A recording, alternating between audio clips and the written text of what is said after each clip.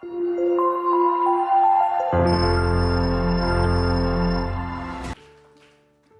matin, nous développerons le thème de cet événement avec les panélistes exceptionnels.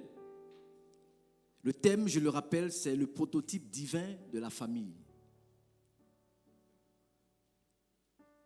Pour vous qui n'avez pas la possibilité d'être en présentiel, restez connectés via nos différents canaux et réseaux sociaux et partagez surtout les liens. Nous aurons un temps bénissant, enrichissant au travers de ces échanges qui vont se faire. Alléluia. Et sans plus tarder, nous allons introduire le premier panéliste. Il est avocat à la cour, président d'une ONG et marié depuis 2004. Il est pasteur au temple de la foi et il sert Dieu avec zèle et passion. Il s'agit bien évidemment du révérend Hervé Gouamene sous nos acclamations, qui développera le thème sous l'aspect juridique.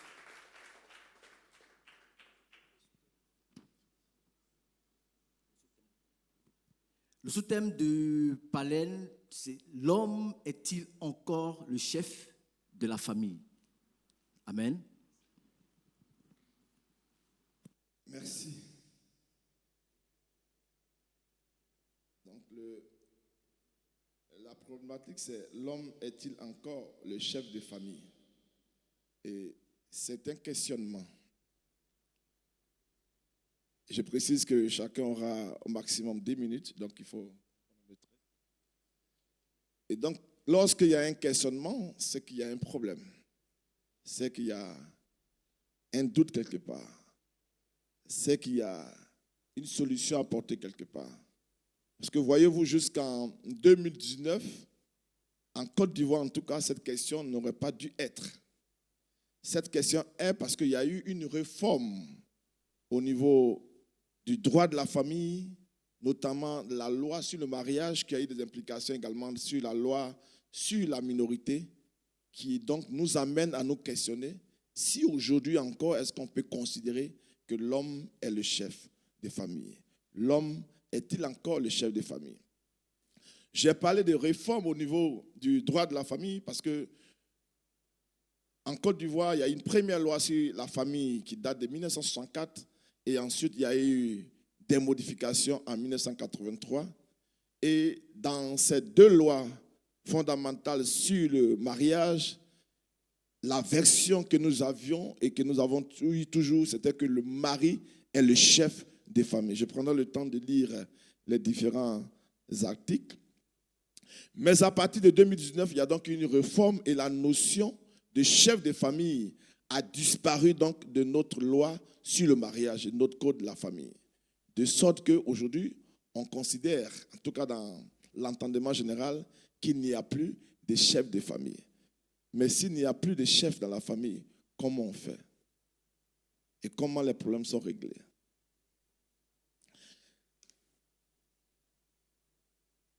L'article 58 donc, de la loi de 1964 était ainsi intitulé « Le mari est le chef de la famille.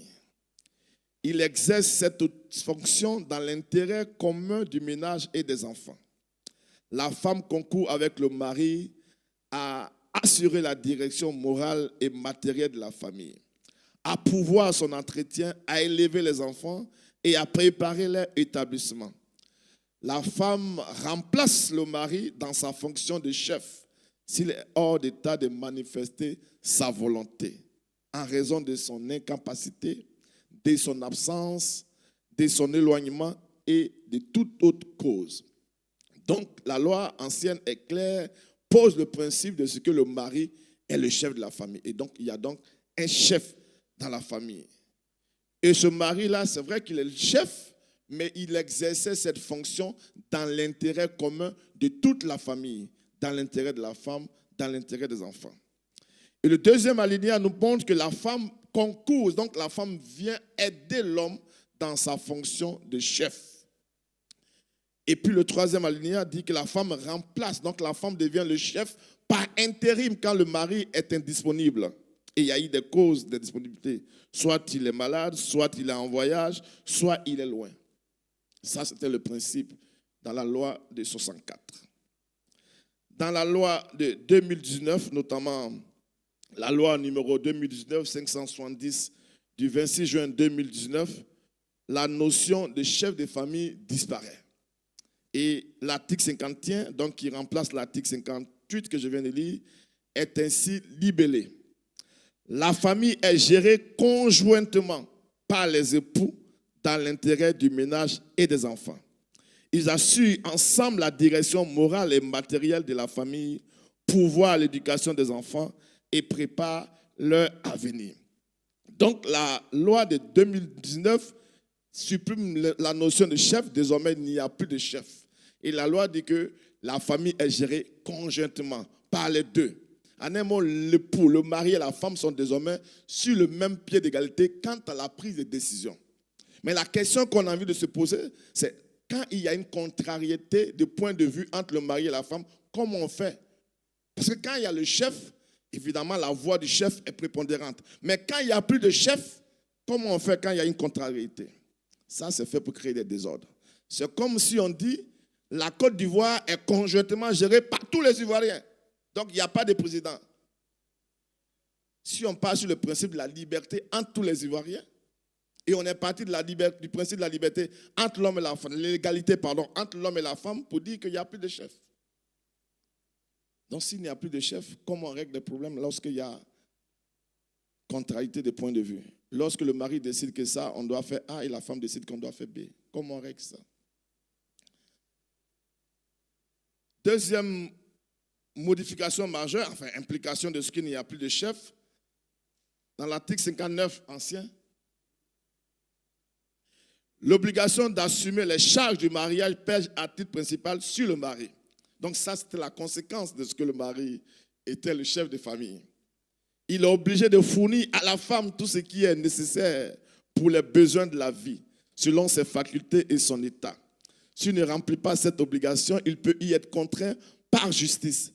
Toutefois, cette obligation est suspendue lorsque la femme abandonne sans juste motif la maison conjugale et qu'elle refuse d'y retourner.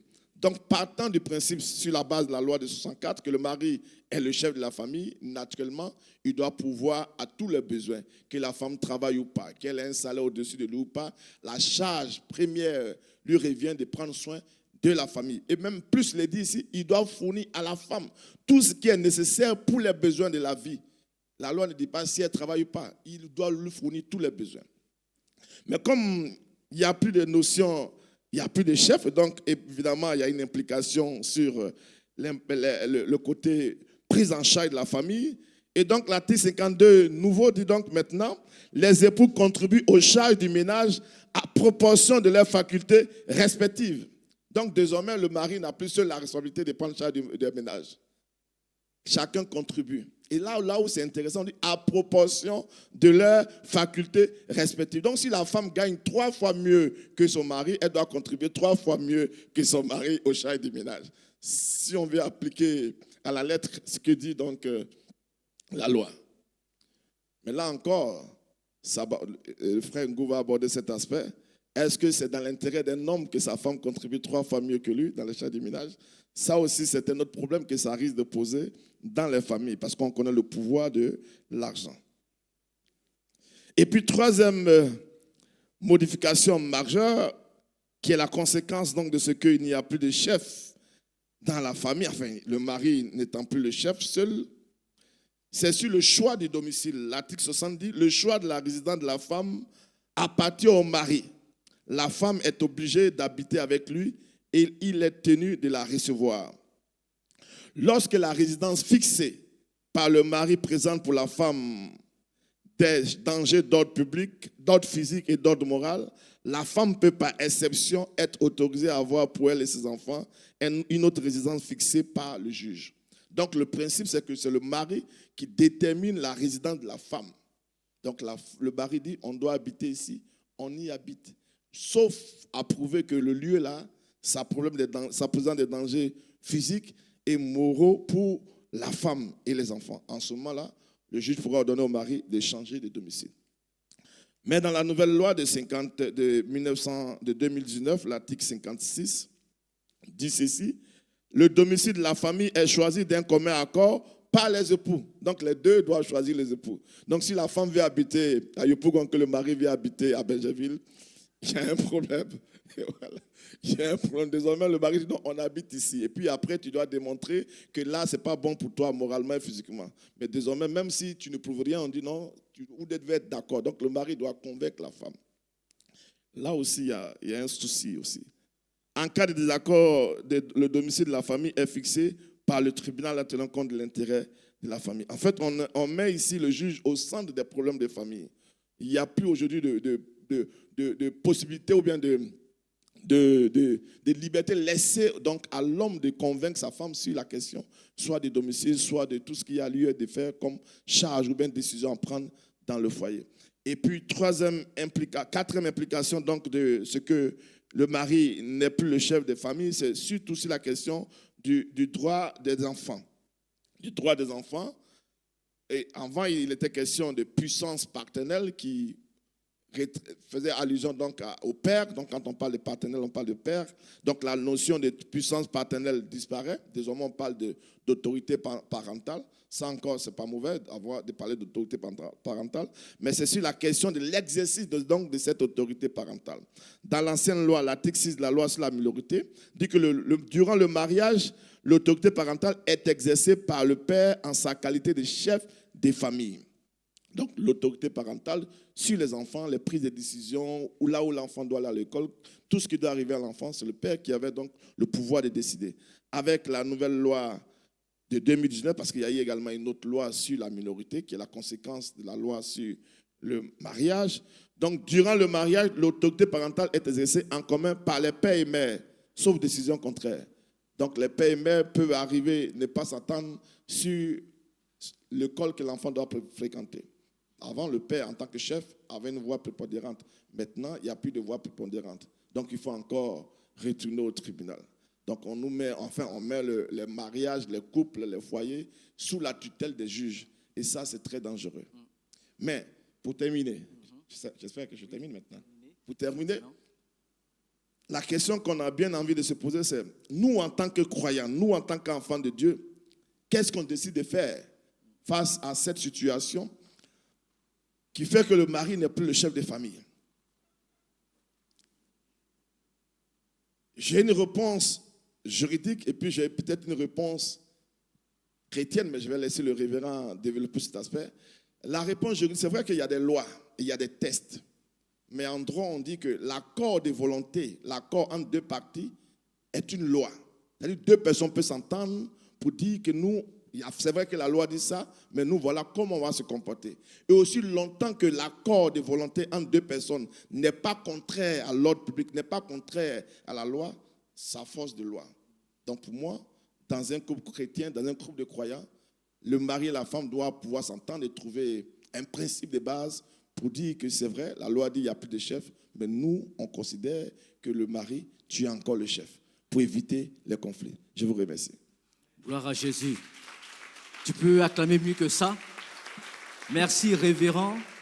Merci, maître avocat, pour ces informations très utiles et cette analyse vraiment très pertinente. Que Dieu nous bénisse. Nous allons introduire le deuxième panéliste. C'est un frère dont l'attachement pour le Seigneur a propulsé au rang d'homme d'affaires exceptionnel, à succès. Chef d'entreprise exerçant entre autres dans le secteur des télécoms, la fibre optique, l'électricité. Le frère Modeste Ngou nous parlera de l'aspect économique de la question. Sous nos acclamations, s'il vous plaît. En 10 minutes également. Merci. Alors, la partie qui m'est donnée d'exposer ce matin va couvrir exclusivement l'aspect économique. L'homme est-il encore le chef de famille? Il faut attendre par économie une bonne administration des richesses matérielles, soit d'un État, soit d'une famille. Alors, quand on parle d'économie, il y a des concepts qui sortent, notamment le concept matériel, finance, et au besoin, tout ce qui est lié à la physiologie. Vous êtes tous sans ignorer que l'homme est doté d'une structure tridimensionnelle, à savoir âme, esprit et corps. Cependant, les besoins de l'homme sont de deux ordres, notamment des besoins physiologiques et des besoins spirituels. Les besoins physiologiques font référence à des besoins du quotidien. Maison, voiture, nourriture, santé, éducation. Alors, si l'homme, tel que la Bible dit dans le livre de 1 Corinthiens 11, verset 3, Christ est le chef de l'homme, petit h, et l'homme est le chef de la femme. Mais mieux, la femme fait la gloire de l'homme. Et dans cette structuration, il est bien indiqué que Dieu est le chef de Christ. Alors, ce matin, nous allons aborder, pour ce qui me concerne, l'aspect purement physiologique, je dirais matériel. Alors, pour ma part, il est évident que les besoins physiologiques ou matériels de l'homme peuvent être différés ou différentiels, ou différents plutôt, des besoins de la femme. Or, Dieu nous a dit qu'il n'est pas bon que l'homme soit seul, alors je lui ferai une aide semblable. La femme étant devenue une aide, elle n'est pas éventuellement le chef de famille, elle est une aide. Pour ma part, l'homme est engagé résolument dans une responsabilité à 360 degrés au sein de la cellule familiale. Et pour ma part, cela ne devrait faire l'objet d'aucune contestation ou encore d'aucune discussion. Alors, ce matin, nous allons ensemble comprendre pourquoi et comment la responsabilité de l'homme à 360 degrés est importante dans la famille. Nous allons donc aborder l'aspect économique, donc matériel. Je disais, pour bien étayer mes propos, je vais certainement vous partager ma petite expérience de vie, de famille. Nous avons été largement édifiés par les propos de l'homme de Dieu en ce qui concerne la cellule familiale. Donc, si on se réfère au texte biblique qui dit dans 1 Corinthiens 11, verset 3, que l'homme est le chef de la famille, un chef a une responsabilité matérielle, financière. Donc, l'éducation revient à l'homme. La recherche d'un mieux-être, la cellule familiale, donc d'un mieux-être de la femme et des enfants, est l'entière responsabilité de l'homme. Maintenant, la problématique est la suivante. Comment l'homme doit-il s'y prendre pour parvenir ou couvrir les besoins de sa famille? C'est cela notre discussion ce matin. Mieux, est-ce que l'homme est encore le chef de la famille et comment il doit s'y prendre pour être le chef de la famille? Il n'est pas chef qui veut.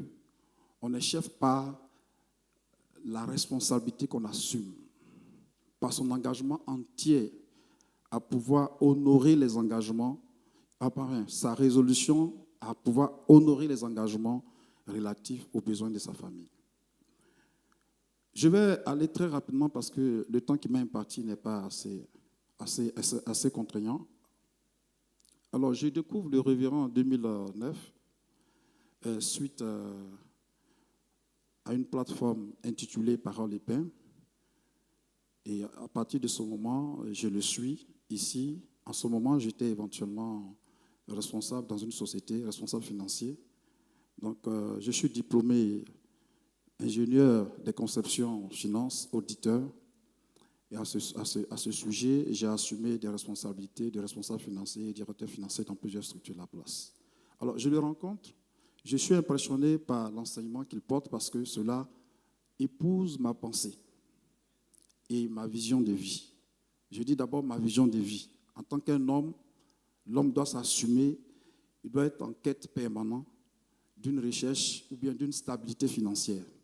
Alors, ces messages sont éloquents et attractifs. Je le suis. Je viens ici et j'écoute le message, j'invite toute ma famille à y participer. En ce moment, faut-il noter, j'étais juste un simple responsable financier dans une structure où j'étais payé autour de 600 000 francs. Survient la crise. 1er janvier 2010, l'homme de Dieu me dit, déménage d'où tu es. J'étais à Yopougon. Je déménage. De là où j'étais, on déménage le 5 octobre. Et effectivement, quand il y a eu la crise, notre appartement a reçu un obus. L'entreprise dans laquelle j'étais a été pillée. Je me retrouve au chômage. Je viens le voir, homme de Dieu, voilà ma situation. Je prie et je suis recruté dans une société via un cabinet de recrutement français. Et j'ai atterri dans une société de télécoms. Les télécoms, je n'en connaissais pas du tout. C'était ma première expérience. On parle d'équipementier, tout ça, je ne connaissais pas.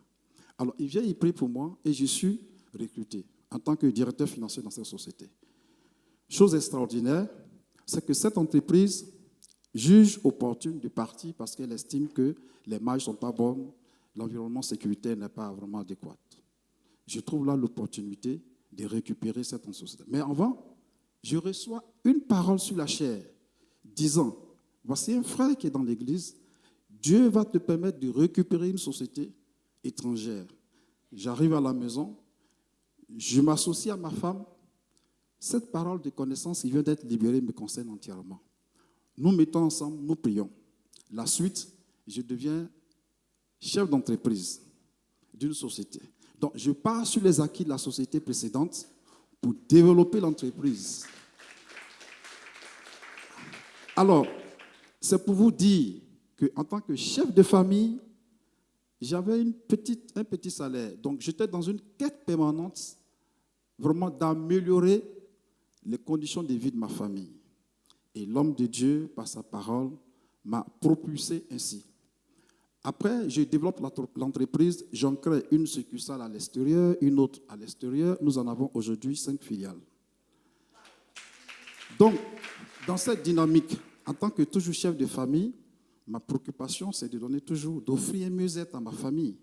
Donc, je m'inscris dans cette logique-là, mais également en restant fidèle à tous les programmes qui se passent dans cette église. Présent et participant activement aux jeûnes et prières, ce qui consolide ma foi. Donc, quand vous voulez être une chef d'entreprise, vous voulez créer une entreprise, la première chose, c'est l'idée. Nous, en tant qu'enfants de Dieu, l'idée vient de notre communion avec Dieu. Il faut être dans un environnement qui favorise cela. Après, tu as la foi en Dieu. De cette foi, dégage la sagesse. De cette foi, dégage la vie de Dieu, le jeûne et la prière. Et après, il faut passer à l'action. Parce que développer une entreprise nécessite absolument des actes. Agir. Il faut agir. On ne peut pas réussir si on ne passe pas à l'action. Agir va demander que vous allez vers des banques, que vous allez faire des lobbying, ainsi de suite. Et puis la connaissance. Donc, dans cette dynamique, chaque fois que je viens dans cette église, je reçois comme des pépites d'or, des enseignements qui m'orientent dans la gestion de mon entreprise. Parce que, en tant qu'enfant de Dieu, la Bible dit que tous ceux qui sont conduits par le Saint-Esprit sont fils de Dieu. Donc, je me laisse dans le flot de l'onction. Et ce flot-là me conduit chaque jour, jour après jour, semaine après semaine, à réaliser des exploits avec le Seigneur. Donc, il est absolument indispensable et utile pour nous, enfants de Dieu et responsables, chefs de famille, de nous laisser dans le flot de l'esprit, afin de vivre l'expérience. Il est toujours dit, oui, accomplir sa destinée, posséder, les gens viennent, on prie, ils relâchent la parole. Mais il faut que notre esprit soit réellement ouvert à pouvoir saisir exactement la pensée de Dieu, soit pour notre saison, soit pour notre appel. Amen, amen, voilà. Amen, amen, amen. Donc, amen. Je conclus là pour dire que l'homme a une obligation, j'ai dit bien une obligation de pouvoir assumer le bien-être de sa famille. On va développer cela au fur et à mesure, le contenu, comment, pourquoi, je vous dirai. Voilà un peu mon témoignage. Gloire à Jésus, on peut acclamer le Seigneur. Je ne sais pas si vous réalisez la qualité des panélistes, c'est-à-dire en des mots simples, ils nous expliquent des choses profondes, en des mots simples véritablement. Et le troisième panéliste, je vais dire non des moindres. Il est coach. Nous voyons déjà un de ses fruits. Homme d'affaires prospère, pasteur principal de l'église, le temple de la foi, homme de qualité, d'excellence, passionné du salut des âmes, un homme de Dieu remarquable dans sa génération. Et avec lui, nous allons développer l'aspect biblique du sous-thème du soir. Nous allons acclamer le révérend Raoul Wafo. Bien. Moi, je suis personnellement très édifié par les deux interventions. Vraiment, premièrement, sur l'intervention du révérend Maître Hervé, c'était très riche. Il y a des choses que j'apprends. Et nous devons prendre conscience justement du fait qu'en tant que croyants, nous devons aller sur l'axe de bâtir des accords qui vont tenir, qui vont prendre effet d'une loi implicite si vous pouvez aller dans tes propos. Et c'est pourquoi il est important, justement, quand nous parlons de prototype de la famille, que ce soit pour l'homme, que ce soit pour la femme, si nous aimons Dieu et craignons Dieu, nous ne pouvons pas nous permettre d'avoir un partenaire qui est hors de la famille de Dieu. C'est très important, c'est fondamental, hors de la famille de Dieu. Parce que si, justement, le mari craint Dieu, la femme craint Dieu, quelles que soient les lois qu'on prendra au niveau de l'État, ça ne nous concerne pas parce que nous avons résolu de mettre Dieu en premier. La Bible dit au commencement, Dieu. Ces problèmes, les gens les ont quand ils n'ont pas Dieu dans leur vie. Mais pour nous qui sommes croyants, nous devons montrer aux autres, justement, les vertus de la lumière, les vertus de notre foi par des décisions de qualité. C'est fondamental. Maintenant, on peut être aussi croyant. On peut être un enfant de Dieu. Et que dans le fait de ne pas assumer ses responsabilités, on met un des deux partenaires en danger. À partir de ce moment, ça peut ouvrir la porte à certains questionnements de la part, peut-être même de la femme, puisque nous parlons plus aux hommes, qui se dira, bon, si pour moi, laisser le leadership à l'homme, c'est amener ma famille dans cette direction, alors moi, je vais faire plutôt appel à la loi qui a été votée pour dire non, je ne peux pas, parce que tu vas dire à ta femme, on va aller vivre à Yopougon, alors que vous avez des revenus. Et entre-temps, tu prends des revenus, tu vas louer une maison à une jeune fille quelque part. Ta femme qui découvre ça va dire non, tu mets en péril ta famille à cause justement de ta mauvaise conduite. Alors là, elle va contester en disant je ne peux plus suivre pour l'avenir de mes propres enfants et pour moi-même avec cette insécurité. Voyez-vous, voilà. Et voilà autant de problèmes auxquels nous devons être conscients. C'est pour ça que j'ai dit il est important en tant qu'enfant de Dieu de craindre Dieu. De vraiment craindre Dieu. Ça, c'est vraiment fondamental. La crainte de Dieu, c'est vraiment le commencement de la sagesse. Qu'on le craigne véritablement. Et je pense que si on le craint, on n'aura pas de problème. Une femme n'aura pas de problème à se soumettre à son mari. Et le mari n'aura pas de problème à ce que sa femme apporte des idées si, fondamentalement, on a la crainte de Dieu. Donc, et ça commence par le choix même du conjoint. Le choix du conjoint. Donc, pour vous qui n'êtes pas mariés, c'est essentiel. Choisissez des conjoints qui craignent Dieu. Mais dans le domaine économique, moi, je suis très, très béni par ce qu'a dit le frère Modeste. C'est encourageant. C'est-à-dire que si on a le souci, d'ailleurs, ça rejoint ce qu'on a dit tout à l'heure, de pouvoir aux besoins de sa famille, et que nous mettons une pression et une demande devant Dieu, Dieu, voyant notre souci, justement, d'épargner notre famille, augmentera nos revenus. Parce que dans tous les cas, c'est lui qui t'a donné cette famille. C'est lui qui t'a donné cette femme. C'est lui qui t'a donné cet enfant. Il ne te demande pas de prendre soin de ta femme sans t'en donner les moyens. Mais le problème, c'est qu'il faille que tu prennes conscience du fait que c'est ta responsabilité et que tu ailles devant Dieu en soupirant, en disant, Seigneur, je veux donner à ma vie, à ma famille, un meilleur cadre de vie. C'est très important parce que c'est notre rôle en tant qu'homme.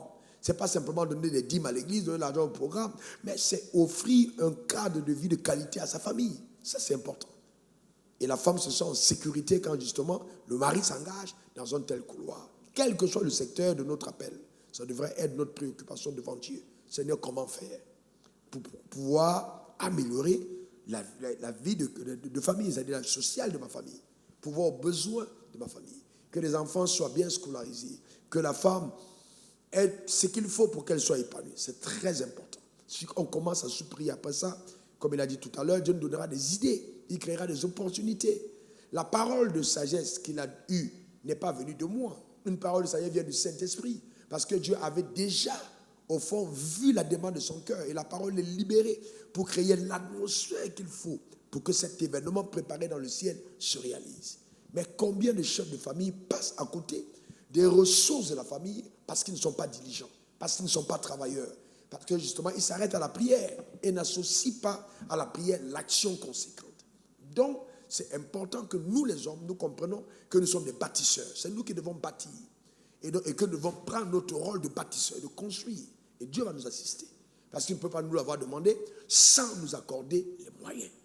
C'est très important. Voilà ce que je voulais juste ajouter sur les deux riches contributions que nous avons reçues des personnes avec un profil bien aiguisé.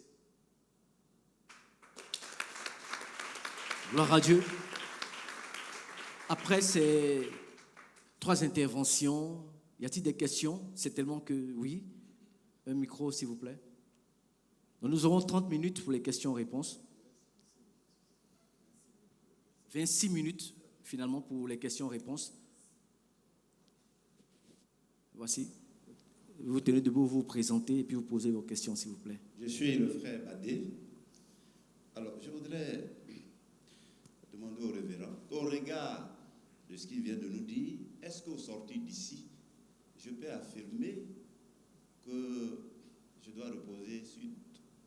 Je veux dire, la vie doit se reposer sur 3 piliers. Dieu, la famille et le travail pour l'économie. Est-ce que je peux dire, moi, M. Badé, qu'en fait, ma vie doit être régie par ces choses? Dieu d'abord, la famille et le travail. Si j'enlève Dieu, il n'y a pas de famille. Je serai déséquilibré, famille, travail.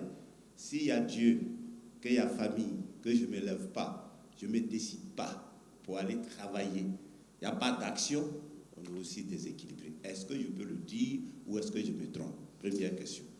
Bon. Je peux répondre à la première question? Oui. Elle est intéressante, mais je voudrais qu'on renverse l'autre. D'accord. Dieu, le travail, la famille. Ok. Parce que justement, c'est le travail qui donnera à la famille de pouvoir subsister, qui va équilibrer la famille.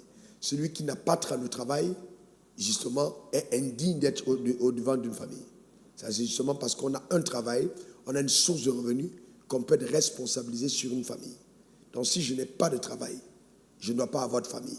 Maintenant, je vais aller plus loin, j'anticipe sur ta question parce que tu connais très brillant. Alors, si tu as perdu ton travail et que le soupir de ton cœur, c'est de prendre soin de ta famille, Dieu te donnera, comme c'était le cas du frère Modeste, une autre opportunité. Parce que Dieu, la foi doit justement être là dans notre vécu en tant que leader. J'ai eu un travail, j'ai eu des revenus, j'ai perdu mon travail, et je n'ai plus de revenus. Qu'est-ce que je fais? C'est un temps de crise, mais Dieu interviendra dans la crise par la foi et me trouvera l'opportunité de retourner au travail. Mais c'est d'abord Dieu, le travail et la famille. Mais dans l'ordre de priorité, c'est Dieu, la famille et le travail. Mais avant d'avoir la famille, on doit d'abord avoir le travail. Mais une fois qu'on a sa famille, la famille donc maintenant devient la priorité. On travaille pour sa famille. C'est important. Je ne sais pas si tu me fais comprendre. Est-ce qu'on peut faire un triangle? Oui, ben, tu peux faire un triangle. Oui, il n'y a pas de... C'est déjà triangle. Tu peux faire un triangle, oui. D'accord. Deuxième question. Oui. Alors, la deuxième question, c'est pour le révérend avocat. Est-ce que ces textes-là sont rétroactifs? C'est-à-dire, voici quelqu'un qui s'est marié en 1964, ou alors sous la loi de 1964. On est d'accord? Et puis, on a celle de 2019. Et puis, il y a un conflit. Et nous allons à la justice, au tribunal. Que se passe-t-il? Je n'ai pas fini. Première question. Ou bien vous allez répondre en même temps? Bon, allez-y. Évidemment, la question de la rétroactivité, tu l'as clairement posée. Mais généralement, quand il y a un nouveau test qui est pris, il y a toujours dans les dispositions finales une clause qui dit « Cette loi abroge les dispositions antérieures ». Donc, il n'y a plus de conflit de loi, puisque la nouvelle loi s'impose automatiquement à l'ancienne. Donc, si tu es marié en 65 et qu'il y a un problème en 2021, c'est la loi de 2019 qui va s'appliquer. Et donc, ça veut dire que la subtilité de cette loi, c'est que quelqu'un qui s'est marié sur l'ancienne loi peut se sentir en insécurité dans la famille et puis décider de divorcer. Bien sûr. Il peut dire non, moi je me suis marié parce que je pensais que je devais être le chef de famille. Mais maintenant qu'il n'y a plus de chef, ça peut créer un problème. Mais pour répondre à ta question, c'est la loi 2019 qui s'applique forcément. Alors j'ai un ami, lui il a quitté la Côte d'Ivoire, il est ivoirien, il a pris sa femme, ils sont allés ailleurs se marier parce qu'il semble que dans dans ce pays-là, c'est l'ancienne loi, c'est-à-dire que celle que nous on avait en 1964 qui prévalait dans le pays. Alors il est venu me dire que c'est cette loi-là, il a fini de se marier, c'est cette loi qui peut lui dire, ah bon, d'accord, bon, donc l'occasion m'est donnée aujourd'hui, est-ce que je peux me lever pour aller ailleurs, moi me marier, et puis si je viens ici, est-ce que c'est ça qui va se poser à nous autres? Non, il faut comprendre que la loi dans un État s'applique sur un territoire. Donc si tu te maries à Bouenguesso où c'est la loi de 64, mais quand tu viens résider en Côte d'Ivoire, tu es sous la loi de la Côte d'Ivoire. Donc des gens peuvent aller à cause de cette loi alors. La conséquence, c'est... Oui, tu peux aller vivre ailleurs, bien sûr, mais aussi longtemps que tu reviendras en Côte d'Ivoire, c'est la loi de Côte d'Ivoire qui va s'appliquer. C'est le principe de la territorialité de la loi. Voilà. Dernière question. Pour la dernière question. Est-ce que les juristes, vous avez vu, aujourd'hui avec la politique, la constitution, les agrégés, chacun vient définir pour lui comme il veut. Alors l'époux et l'épouse, est-ce que dans les textes, on définit l'époux dans la question du genre? L'époux, c'est l'homme. L'homme, c'est le sexe masculin. L'épouse, c'est la femme, c'est le sexe féminin. Est-ce que c'est écrit quelque part dans la loi? Oui, parce que dans les dispositions de la loi, c'est bien défini, hein, jusqu'à maintenant. Quand on parle, généralement, ça intervient dans ce qu'on appelle l'âge nuptial, l'âge pour se marier. Donc, dans notre loi, il est dit l'homme jusqu'à l'âge de 18 ans, la femme jusqu'à l'âge de 16 ans. Donc, c'est bien clair qu'ici, jusqu'à preuve du contraire, quand on parle de mariage, encore en Côte d'Ivoire, mais ce n'est pas évident que ça reste longtemps, voilà, c'est toujours l'homme et la femme. Voilà, puisque la loi parle de l'homme et la femme. On va acclamer pour la Côte d'Ivoire. On va prier pour que ça ne bouge pas. Vous présentez et puis votre question, s'il vous plaît. Merci, pasteur. Je suis Judith Naté. Je suis également mariée. Et je remercie les différents panélistes pour leurs différentes présentations. J'ai une question qui s'adresse aux 3 panélistes.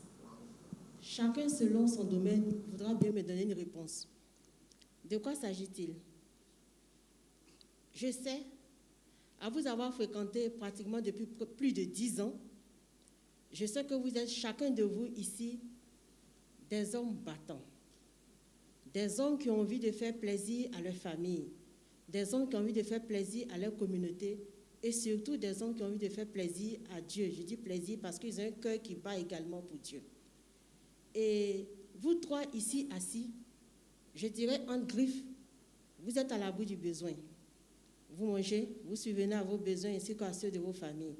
Mais ce que je constate dans la vie généralement, lorsque l'homme se bat, au niveau de la famille intérieure, il est souvent parti parce qu'il faut qu'il se batte pour revenir avec le pain quotidien.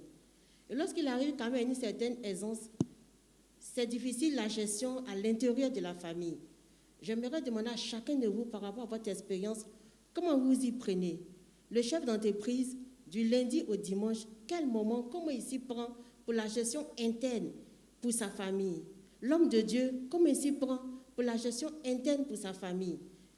L'avocat, comment il s'y prend pour la gestion interne pour sa famille? Afin que sa famille reste toujours heureuse. C'est bon d'avoir de l'argent, c'est bon de chercher à avoir vraiment les moyens. Mais après, lorsqu'on a les moyens à l'intérieur, comment vous y prenez concrètement? Je vous remercie. Je commence. Alors, je voudrais dire merci pour cette question assez intéressante. Effectivement, l'homme, dans un souci de quête de mieux-être de sa famille, a obligation de sortir. Obligation d'aller vers, de chercher. Une chose qu'il faut quand même accepter, il n'y a aucun succès qui n'est précédé ou soutenu par un sacrifice. Maintenant, comment on gère le sacrifice?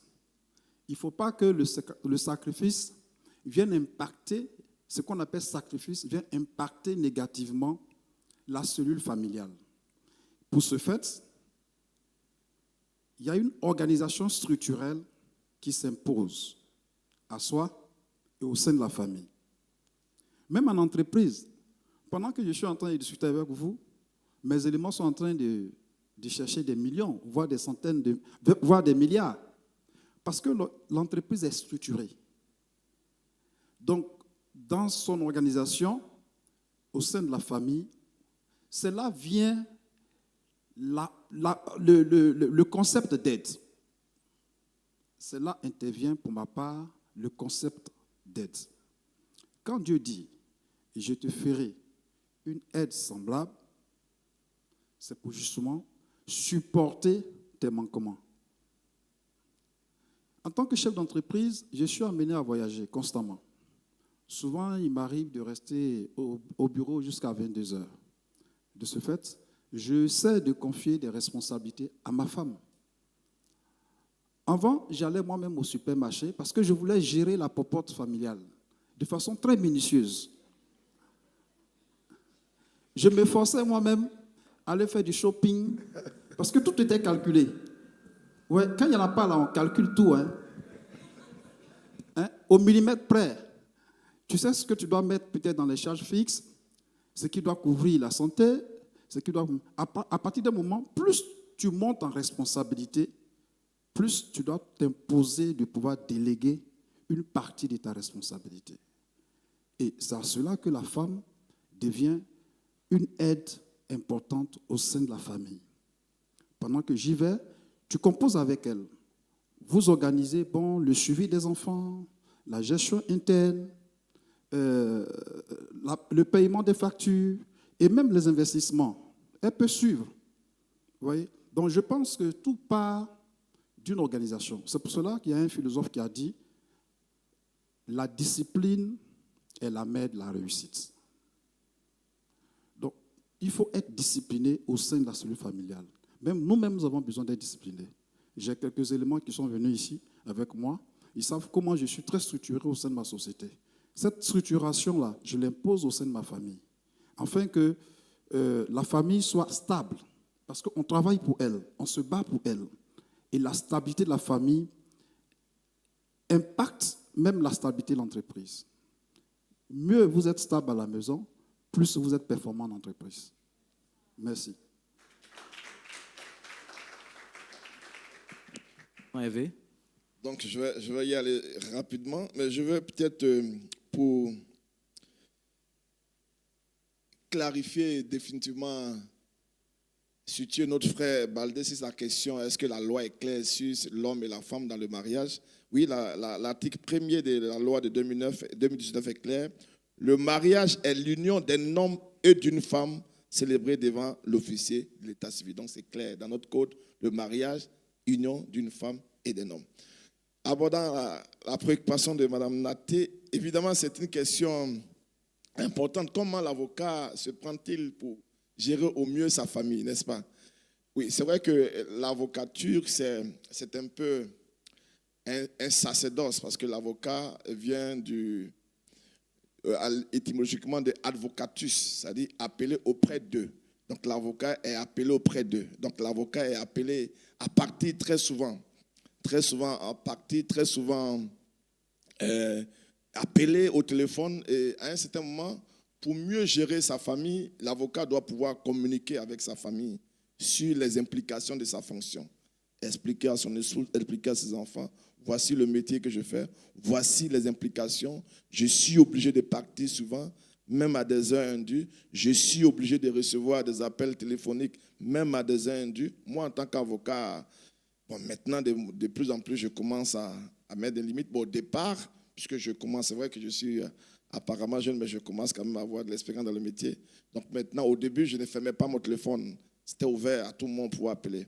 Maintenant, à une certaine heure, le téléphone est fermé. Mais il faut communiquer avec sa famille pour dire voici les implications de mon métier. Voici comment. Et la famille, aujourd'hui, moi, ma famille connaît mon métier, ils sont habitués que je peux partir à tout moment, qu'on peut m'appeler à des heures indues. Puis, deuxième chose, le métier d'avocat, c'est un métier d'expérience. Tu vis la vie au quotidien. Donc, quand tu vois des raisons de divorce, quand tu vois des raisons pour lesquelles des familles se déchirent, toi-même, avocat, ça te forme, ça t'amène à améliorer la gestion de ta famille. Donc, le métier m'a aidé aussi à améliorer la gestion de ma famille. Donc, comme je dis, au départ, quand j'étais dans la fougue de la jeunesse, il y a des choses que je fais dans le métier au détriment de ma famille. Mais aujourd'hui, je commence à doser et puis, à mettre plus en avant la famille à cause de ce que j'ai appris dans le métier. Donc, le métier d'avocat nous aide vraiment à gérer nos familles. Pour résumer, informer sa famille sur le fonctionnement de son métier, tenir compte également de l'existence de la famille dans la gestion de son métier. Voilà, brièvement. Voilà. Laurent? Bien. C'est une question de priorité, en fait. Pour moi, il faut rétablir les priorités. C'est vrai qu'on a le métier pastoral, et puis avec toutes les autres choses qu'on fait à côté, c'est assez prenant. Mais il est important de rétablir les priorités. Souvent, nous pensons que si nous apportons, nous gagnons beaucoup d'argent et que nous avons tout ça avec nous, notre famille sera épanouie. Ce n'est pas toujours ça. Ce n'est pas toujours vrai. Je pense que la préoccupation de Mme Naté, c'est vous étiez jeune, vous n'aviez pas assez, vous avez eu le temps l'un pour l'autre. Aujourd'hui, vous êtes battus, vous avez gagné beaucoup d'argent, mais on se rend compte que l'argent vous a divisé. L'argent vous a séparés, vous n'êtes plus ensemble, il n'y a plus d'amitié. Tu n'as plus de considération pour ta femme. Parce qu'en fait, l'ordre des priorités n'est pas resté comme tel dans l'âme. Ça a été inversé. Beaucoup de personnes, et c'est pour ça que quand on est enfant de Dieu, on doit comprendre que tout ce que nous faisons, nous le faisons comme serviteurs pour les autres. Nous gagnons pour épanouir notre famille, pas pour s'épanouir soi-même. Nous sommes le leader pour épanouir notre famille. Comme le manguier ne mange pas de ses propres mangues, notre succès doit être justement profitable aux autres. Et le fait d'être profitable aux autres, ce n'est pas seulement de mettre l'argent sur le compte bancaire de ta femme, ou même simplement parce qu'on est occupé, la femme fait les courses, mais de trouver quand même un temps, malgré toutes nos occupations, même si c'est un jour, toutes les 2 semaines, où on dit, OK, j'arrête tout, on va aller faire les courses ensemble. Pas pour contrôler l'argent, non, mais parce que, on veut passer du temps avec sa femme, parce qu'elle a besoin du temps, de notre temps de qualité à ses côtés. C'est très important. Ou même dire, OK, on sortira, on va aller manger ensemble, on va aller se balader ensemble, parce que c'est important que la femme se rende compte que malgré toutes les occupations, qu'elle reste quand même, qu'elle est vraiment le centre de notre intérêt, qu'on a toujours son attention. Quand on rentre le soir et qu'on veut regarder son match de football et qu'on a une grosse pression, qu'on intéresse notre femme à être à nos côtés dans ce que nous sommes en train de faire. Et là, ça va davantage bâtir la complicité. Elle peut nous laisser partir quand nous partons, mais est-ce que quand on est revenu, on est vraiment revenu pour être avec elle, on est revenu pour elle. Comme l'a dit le maître, j'éteins mon portable, comme il a dit, il éteint son portable parce qu'il a le souci justement de ne pas être dérangé dans le temps de qualité, le peu de temps qui lui reste pour être là avec sa femme et avec sa famille, pour consacrer ça à sa femme. Et ça, ce sont des concessions qui sont faisables. Moi, jusqu'aujourd'hui, mon portable est rarement éteint, mais je le mets sous silence. Voilà, pour permettre aux personnes, quand j'ai raté les coups de fil, de les reprendre après, parce que le métier de pasteur, pour moi, c'est un métier d'urgence. Donc, je n'éteins pas, je ne t'aime pas totalement, je mets sous silence. Et après, je recontacte les personnes. Mais donc, tout ça, c'est chaque famille a son modèle de fonctionnement. Chacun s'ajuste son même pouvoir par rapport à tout. Et puis, justement, pour préserver la fusion familiale, la cohésion, c'est important. Parce que si on a réussi et qu'on a échoué dans la famille, alors on a échoué. Et je vois beaucoup de jeunes gens aujourd'hui parce qu'au nom de se battre, ils sacrifient leur famille. Ce n'est pas sage. Il faut toujours trouver de l'espace pour justement avoir le temps avec sa famille, le temps avec sa femme. C'est fondamental, très important. Je ne sais pas si, Mme Naté, on a... Merci bien. Je voudrais aussi ajouter juste à ce que Daddy vient de dire. Mon cas, par exemple, quand j'ai commencé à être chef d'entreprise, chaque année, je me vertuais à offrir à moi et à ma famille des vacances. Je me forçais obligatoirement pour les vacances. Parce que pendant que nous sommes ensemble, nous sommes en vacances, on est tout le temps ensemble. On fait les courses ensemble, on mange ensemble, on rit ensemble. Et d'ailleurs, c'est ce qui est la conséquence de la grossesse, ma petite Chana que vous voyez. Voilà, c'est ça. Tout s'est passé en vacances, lors de nos vacances. Donc, je pense que de temps en temps, il faut s'offrir des vacances. Quand vous êtes trop occupé, offrez-vous des vacances. Et pour moi, c'est obligatoire. Le Covid est venu changer un peu le cours du monde. Donc, ces 2 dernières années, on a arrêté un peu les vacances. Mais on doit trouver quelque chose encore à faire. Il faut continuer. Merci beaucoup à vous. Merci. Donc, c'est la dernière question, parce que le temps est parti. Merci, pasteur. Il y avait une question? OK, donc on va y aller rapidement à cause du temps. C'est juste la gestion des du pardon dans la famille. Elle posait la question à une personne, Oui, oui. comme ça lui va répondre D'accord. si on ne peut pas faire le... D'accord. Lorsque vous demandez pardon, ce que j'ai constaté chez l'homme, il ne dit pas la phrase « chérie, excuse-moi ». Ça sort difficilement. Bon, on me dit derrière que ça ne sort jamais. J'aimerais savoir pourquoi la plupart des hommes, je dis pour la plupart des hommes, je vois le révérend le prêcher, lorsque je sais que je n'ai pas raison, je dis excuse-moi, je me dis que lui il le fait. Voilà, je me dis que lui il le fait. Mais j'ai remarqué, vous autres, vous ne le faites pas. Vous ne le faites pas. Difficilement, vous ne le faites pas. Vous avez pour habitude de venir, vous avez tort, vous le savez. Comme on dit, je ne sais pas, dans le jargon ivoirien, vous avez ça est. Et vous vous dites que c'est le cadeau. Quand vous allez rentrer avec un cadeau, je vais comprendre. Mais je ne comprendrai pas. Je veux entendre, chérie, excuse-moi, demain, je ne referai plus ça. Donc, j'aimerais savoir pourquoi l'homme est constitué de la sorte. En fait, je pense qu'il y a d'abord, je peux excuser ça sur le sens culturel. Parce que de façon culturelle, pendant longtemps, on a dit qu'un chef ne demande pas pardon. Un chef n'est pas un chiffon. C'est ce qu'on a entendu longtemps. Alors, mais on n'a pas eu le temps de renouveler notre intelligence par rapport à la question. Je pense que beaucoup de mes collaborateurs et des fils ici demandent pardon à leurs femmes. Beaucoup.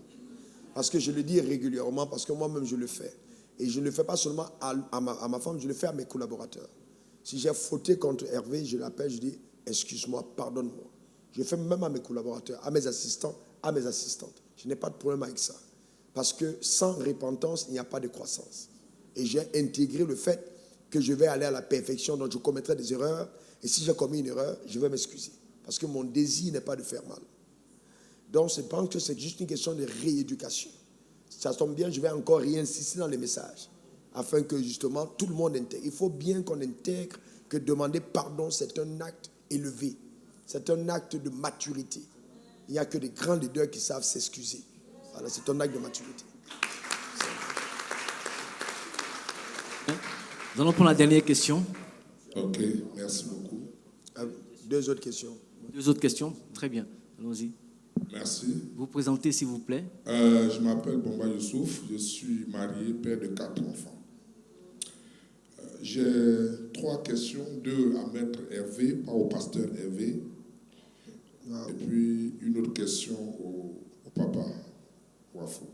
Alors, les 3 questions sont liées à la migration entre la loi sur le mariage de 64 jusqu'en 2019. Je voulais que Maître nous explique un peu quelle est la procédure, parce que nous savons qu'il y a des lois qui partent du gouvernement à l'Assemblée, et il y a des lois aussi qui sont proposées à l'Assemblée, par l'Assemblée au gouvernement. Alors dans ce cas précis, quelle a été la démarche réelle? Parce que c'est souvent scandaleux d'entendre certaines choses, on ne sait pas comment quelqu'un peut réfléchir comme ça. Et que personne sur le chemin n'a pu dire non, ça là, ce n'est pas bon.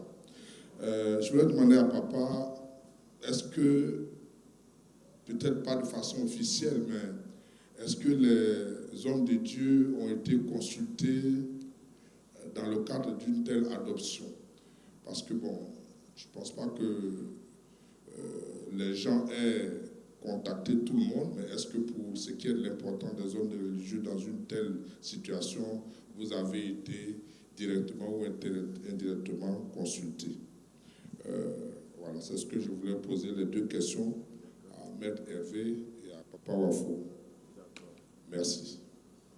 Merci. Je pense que vous avez posé la question sur la question de la procédure d'adoption d'une loi. Voilà. Et très généralement, il y en a 2. Voilà.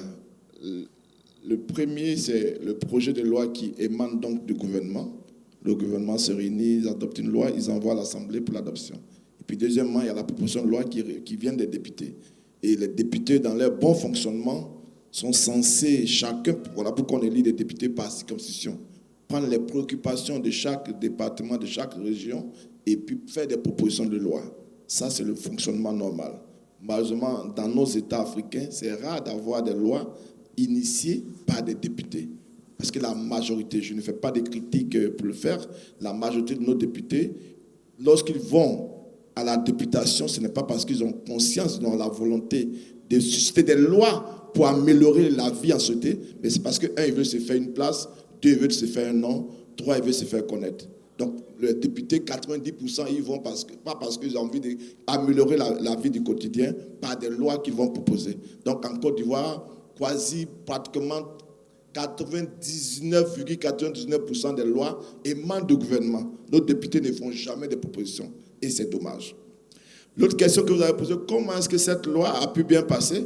Ça aussi, c'est la conséquence de ce que nos députés ne se considèrent pas comme des élus de la nation, ne se considèrent pas comme des députés qui veillent à la loi, mais se considèrent comme des militants des partis politiques. Et lorsqu'un gouvernement, qui est donc un parti politique, fait une proposition de loi, le député qui est de ce parti ne réfléchit plus. Il dit qu'il faut qu'il l'adopte parce que ça vient de son gouvernement, de son parti. Et c'est dommage. Voici la réalité de nos lois en Côte d'Ivoire. Alors, vous comprenez qu'on ne consulte pas les hommes de Dieu pour prendre ces lois. On n'a pas, on devrait, mais on n'a pas été consulté. Voilà, donc c'est un peu ça et c'est dommage. Et c'est pour ça que justement, sur nos plateformes où nous avons encore capacité d'influencer, d'être écoutés, et je vais vous dire, on était en réunion apostolique hier jusqu'à très tard, qu'aujourd'hui, les rassemblements chrétiens drainent plus de monde que les rassemblements politiques. On a donc la possibilité de pouvoir influencer une masse de personnes. On est écouté, on est plus suivi sur les réseaux sociaux que les hommes politiques. Alors si je mets quelque chose sur Facebook et qu'un homme politique met quelque chose sur Facebook, je suis écouté plus que lui. On est plus écouté. Donc on a quand même, il faudrait qu'on garde dans cette rectitude morale de créer une véritable influence.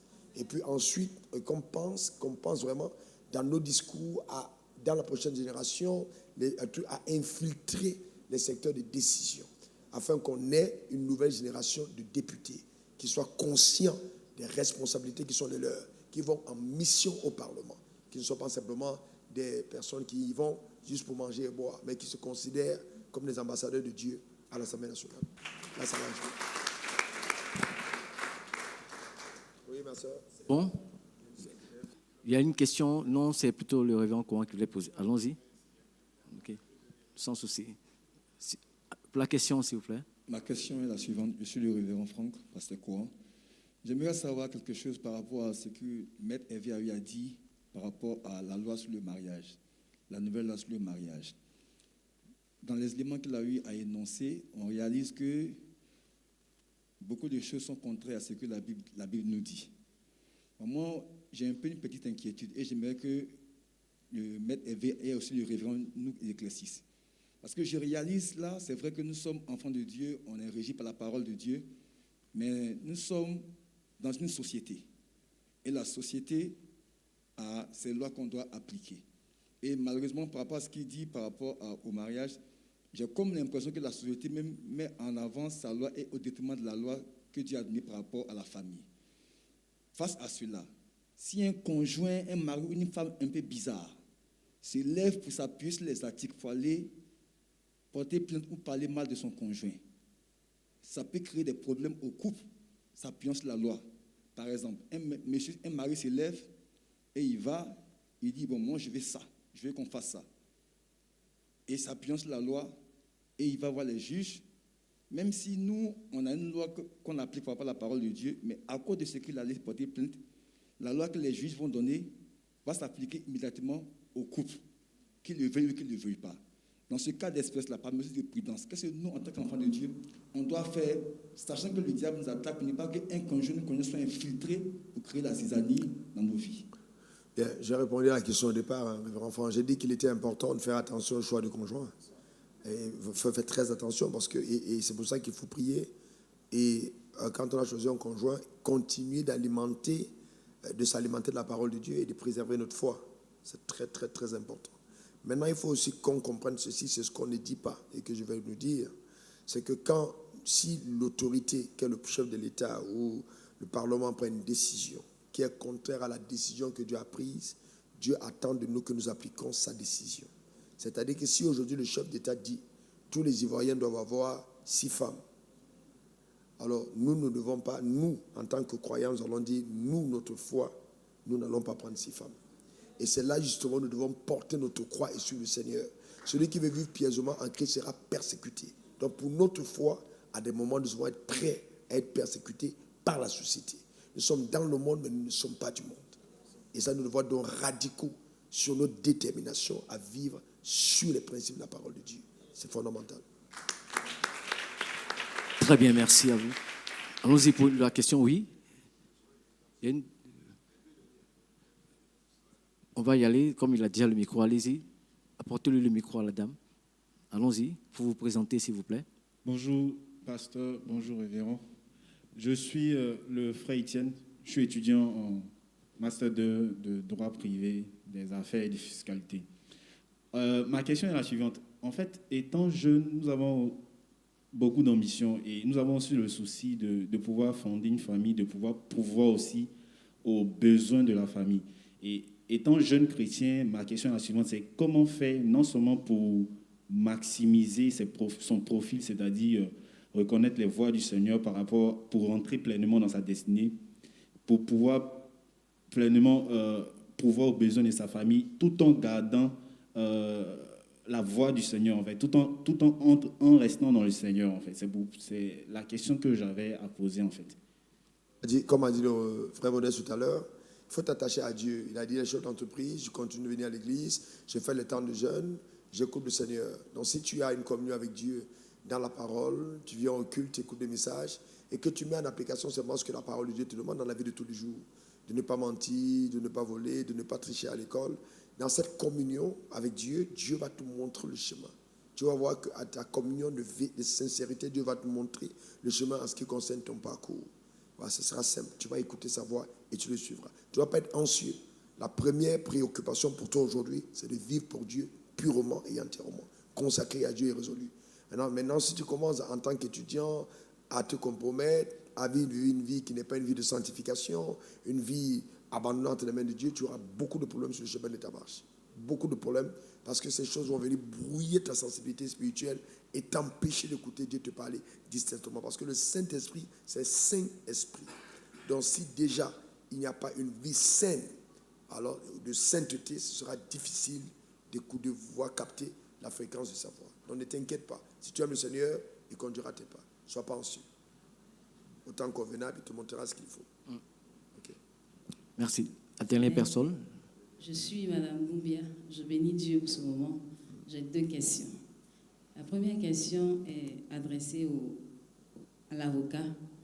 En fait, je veux être située. En fait, c'est quelque chose qui n'est pas sûr. Je veux avoir plus d'informations. J'aurais appris comme ça que la loi ivoirienne ne reconnaît plus la dot. Est-ce que c'est vrai? Et si c'est vrai, pourquoi? Maintenant, la deuxième question. Comment, en tant que femme, être à mesure d'encourager son homme qui se bat pour maintenir la maison, qui se bat pour pouvoir aux besoins de la maison? Comment l'encourager? Quelle attitude doit-on avoir pour encourager cet homme-là? Merci. Je vais compléter, juste, excusez-moi. Excusez-moi, je vais compléter. Alors, la question de minorité qui a servi de prétexte à l'État. Ça, c'est pas complété, hein? Ça, c'est ajouté. Oui, pardon. Le minorité qui a servi de prétexte, n'est-ce pas, à l'État pour cette loi. Que lui dit l'homme de Dieu? Est-ce que la femme, c'est quoi? Est-ce que c'est la minorité? On veut comprendre cela. Parce que nous pensons que c'est un sujet dont on doit en débattre, la minorité. Merci. Bon, nous avons aujourd'hui un grand mouvement féministe en train qui prend de l'ampleur. Et nos femmes même sont sérieusement impactées. Parce que le diable a vraiment un problème avec la question de la soumission de la femme à l'autorité du mari. Il faudrait que vous compreniez quelque chose de très vital. Le royaume des cieux bâtit sa puissance et son règne sur la notion de la soumission à l'autorité. Et le royaume des ténèbres bâtit sa puissance et son règne sur la notion de l'insoumission à l'autorité. Donc tant qu'il n'y a pas insoumission à l'autorité, le royaume des ténèbres ne peut pas s'établir. Tant qu'il n'y a pas soumission à l'autorité, le royaume de Dieu ne peut pas s'établir. Donc pour que le royaume de Dieu soit dans une maison, il faut qu'il y ait la notion de soumission à l'autorité. Tant que la femme n'est pas soumise, le règne de Dieu ne viendra pas. Donc si le diable veut déstabiliser une famille, il va créer une rébellion dans la maison, soit des enfants, soit de la femme à l'autorité qu'incarne le leader, qui est le mari, qui est le chef. C'est très très puissant ce que j'ai dit. C'est pour ça que dans le jardin d'Éden, la personne qui a été infiltrée, c'était Ève. et dans la rébellion de l'autorité, paf, Ève, l'homme a été déstabilisé. Donc, il faut faire très attention. Donc les femmes doivent comprendre qu'elles ont été créées le même jour, mais elles ont été manifestées après, à dessein. C'est pour ça que Dieu n'a pas nommé Ève. Parce que s'il nommait Ève, Adam n'avait pas autorité sur elle. Dieu a laissé le soin à Adam de nommer Ève. Parce que ce que tu nommes, t'es soumis. Ce que tu nommes regarde à toi. Et aujourd'hui, on a beaucoup d'hommes qui épousent des femmes nommées par d'autres, qui portent l'identité d'autres hommes. Et c'est pour ça qu'il faut, la notion de virginité n'est pas seulement une virginité physique, mais il faut encore qu'on ait une femme qui a une virginité spirituelle capable d'accepter le nom que lui donne le mari, par rapport à la vision que les deux transportent.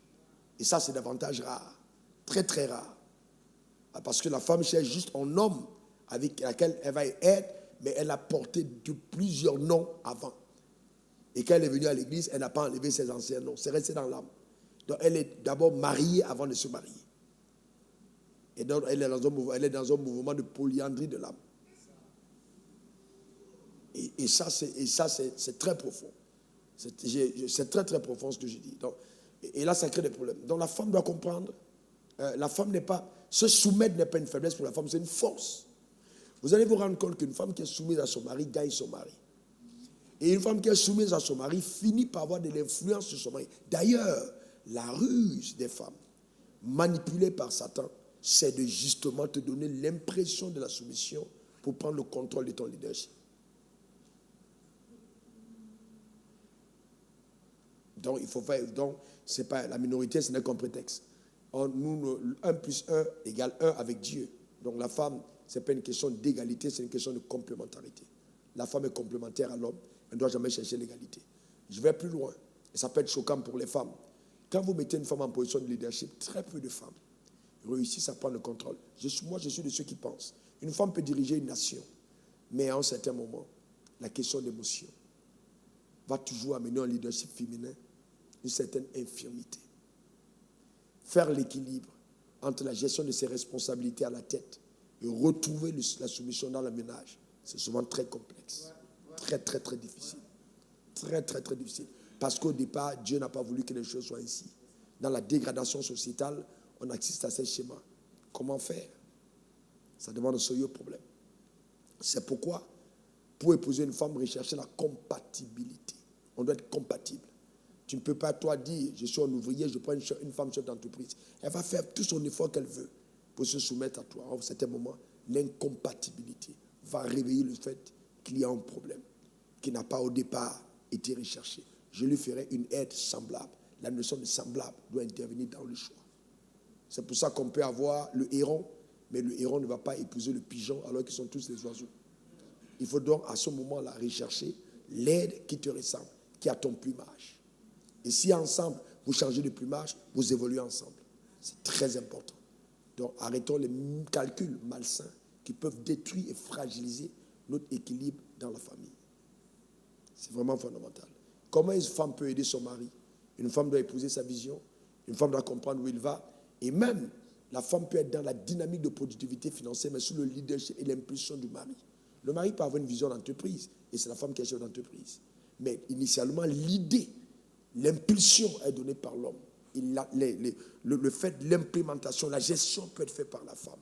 Mais la femme comprend qu'au-delà, c'est parce qu'il y a eu un homme qui a créé l'impulsion. Et moi, il m'a poussé dans le gain matériel. À partir de ce moment, même si elle est chef d'entreprise, elle est sous la couverture et l'autorité de l'homme qui, lui, a eu une impulsion. Comme dans Proverbe 31, l'homme est respecté par la productivité de sa femme. La femme n'est pas appelée à être juste une mangeuse et une buveuse. Elle est productrice. Elle a en elle un potentiel énorme, mais qui doit être justement, cette synergie doit être créée par un leadership de qualité, où l'homme réussit à canaliser le potentiel de sa femme, activer, à accélérer ce potentiel pour la vision familiale. À partir de ce moment, la notion de un doit intervenir. Mais c'est profond. Vous devez vous asseoir. Bâtir vous-même des règlements intérieurs de votre maison. On est un. Quand on a gagné l'argent, comment est-ce qu'on le gère? La femme, qu'est-ce qu'elle fait de son salaire? Le mari, qu'est-ce qu'on fait de son salaire? On est un au lit, mais est-ce qu'on est un sur l'argent? Autant de questions à se poser. Et trouver le schéma. Comment ça marche? L'argent de la femme n'est pas pour l'épargne de sa mère. Je ne suis pas contre. Je suis contre ça. Mais il faut que chaque famille retrouve un modèle. Et que la femme retrouve un épanouissement. Elle est une femme en elle-même. La femme, pour faire le franc de panier, n'a pas besoin de demander à son mari, donne-moi 1000 francs. Tu es en train de tuer ta femme. Laisse que ta femme vive sa foi. Comment faire pour que ta femme, en tant que ministre de l'Intérieur, ait un budget de souveraineté, permettant qu'elle s'épanouisse elle-même dans cette sphère? On grandit. Tout ça, ça fait partie des choses qui vraiment vont nécessiter de s'investir profondément. Pas de façon superficielle, il dit profondément. Et améliorer au fur et à mesure que les revenus grandissent dans la famille. Voilà un peu ce que je me sens poussé de dire par le Saint-Esprit à la fin de ce... Ok, on va terminer par le dernier aspect sur la dot. Voilà, je pense que vous avez peut-être été mal informé. C'est plutôt le contraire. Récemment, il y a eu une modification. Mais avant, la dot était clairement interdite. La dot même, le fait même de percevoir la dot, c'était même considéré comme une infraction. On pouvait être condamné pour avoir perçu la dot. Mais ça n'a jamais été appliqué. Et récemment, cette disposition de la loi qui condamne à des infractions pour avoir perçu la dot a été annulée. Donc, il n'y a plus d'infraction pour le fait de prendre une dot. Donc, c'est une manière de permettre la dot. Voilà. Mais la dot n'est pas aujourd'hui comme une condition, jusqu'à peu du compteur, pour se marier. On ne dit pas avant d'aller se marier à la mairie, il faut forcément passer par la dot. Non, ça, c'est des pratiques qu'on a acquises et qu'on pérennise. Mais la dot n'est pas une condition pour aller se marier. La dot aussi n'est plus interdite, la dot aussi n'est plus sanctionnée. Mais le grand danger, c'est qu'aujourd'hui, on voit des cérémonies de dot qui prennent en lieu place des mariages. Et les gens sont dotés. Et quand ils ont fini de faire ça, passer des dots où il y a des bagues qu'on partage, des dots où il y a des gâteaux, il y a des dragées, quand le gars finit de dépenser 5 millions pour la dot, il va même aller à la mairie. Vous allez rester 10 ans dans le concubinage. C'est un danger permanent. Il faut vraiment insister là-dessus. Il faut qu'à l'église, on ait... Non, on regarde là-dessus. Ça, c'est vraiment important. Mais n'empêche que ça veut dire que je devais récupérer une bonne dot pour y quoi, là? Mais tu as dit à récupérer. Je dois récupérer. Non, mais vous voyez, ce que je veux dire, c'est quand même, ce qu'il a dit est très, très important. J'espère qu'on aura le temps pendant les jours à venir de revenir là-dessus. Frères et sœurs, ne copiez pas le monde. Ne prenez pas le monde pour modèle et pour repère. N'allez pas vous dire, oui, vraiment, je n'ai pas d'argent, allez faire des fêtes, je vous changer 10 fois l'ordre de votre dot, ça ne sert à rien. Ça ne sert à rien du tout. J'ai vu un frère pasteur louer 2 limousines pour son mariage, faire le boucan dans la ville, et puis le dimanche, quand ils allaient à l'église, ils étaient à pied. À quoi ça sert? Ils étaient à pied. Mais ils ont fait limousine, et le dimanche, ils étaient à pied pour aller à l'église. À quoi ça sert? Ils étaient dans le war pour aller à l'église. Mais après, il faut vivre. Il faut la sagesse dans l'église. Il faut vraiment qu'on inculque ça. Vraiment, merci beaucoup pour cette contribution. Je pense que c'est une parole de sagesse pour quelqu'un, et que Dieu nous bénisse tous. On va se tenir debout, nous sommes à la fin de notre panel et sous nos acclamations, nous allons permettre aux éminents panélistes de pouvoir rejoindre leur place.